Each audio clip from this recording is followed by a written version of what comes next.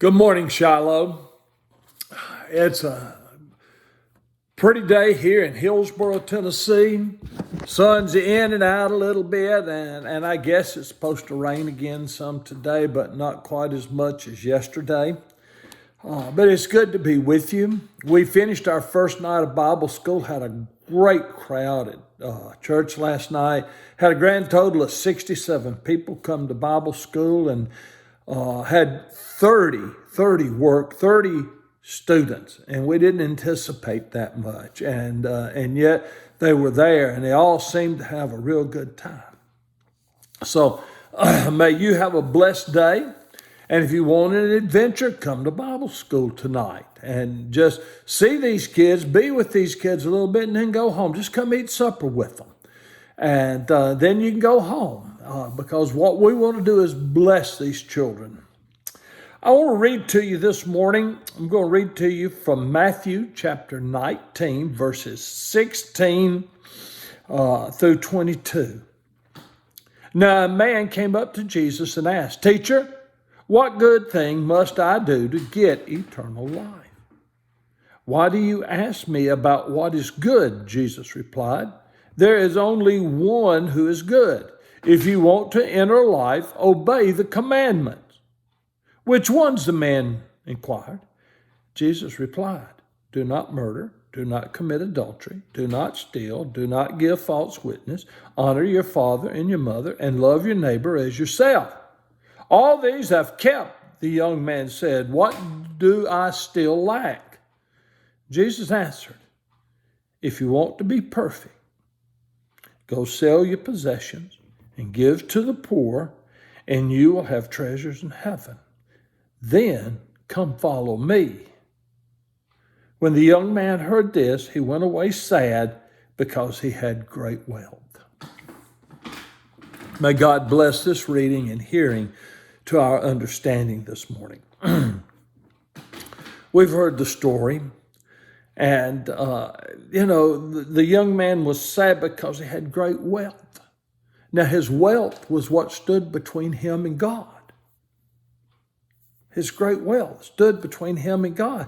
He would try to keep the commandments. He would do those things. But he wasn't willing to give up what he had. He wasn't willing to give up that one thing that stood between him and eternal life. And so he left Jesus. He went away. And he was sad because he wanted eternal life, but he wanted another way to get there. And Jesus told him, he says, to be perfect. Listen to that. Jesus says to be perfect. In the Greek, that means to be different. To be perfect as your Father in heaven is perfect. That's to be different from all the others and follow God.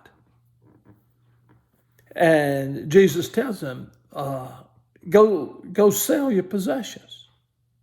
Give them to poor. You will have treasures in heaven then.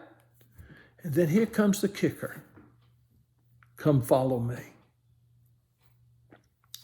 Jesus is in the midst of it. We have to be obedient to Jesus and his call upon our lives. We have to follow him.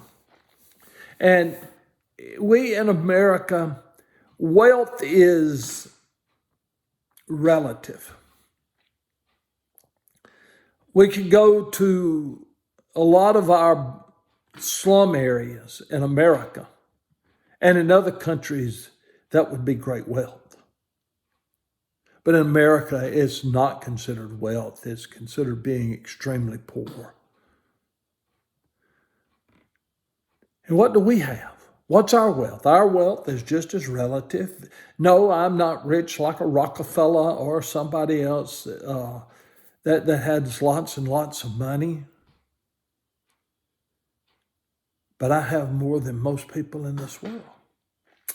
And Jesus is saying to me, be willing to give it up and follow me. And so when we seek the Lord, and we seek him with all our heart, and we find him, then we need to be obedient and do the things that Jesus is calling us to do. We follow the commandments. We always follow the commandments. But we follow Jesus, and we get in service to Jesus, and we do the things Jesus asks us to do.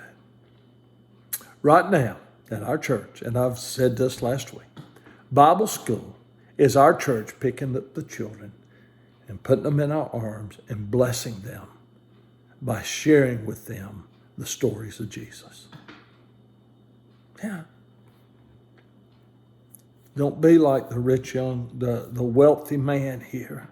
Don't be like him who he wanted eternal life, but he wasn't willing to let go of what he had to obtain it. Give, and it shall be given to you. You can't outgive God. So give your wealth. Give that which stands between you and God away and follow him.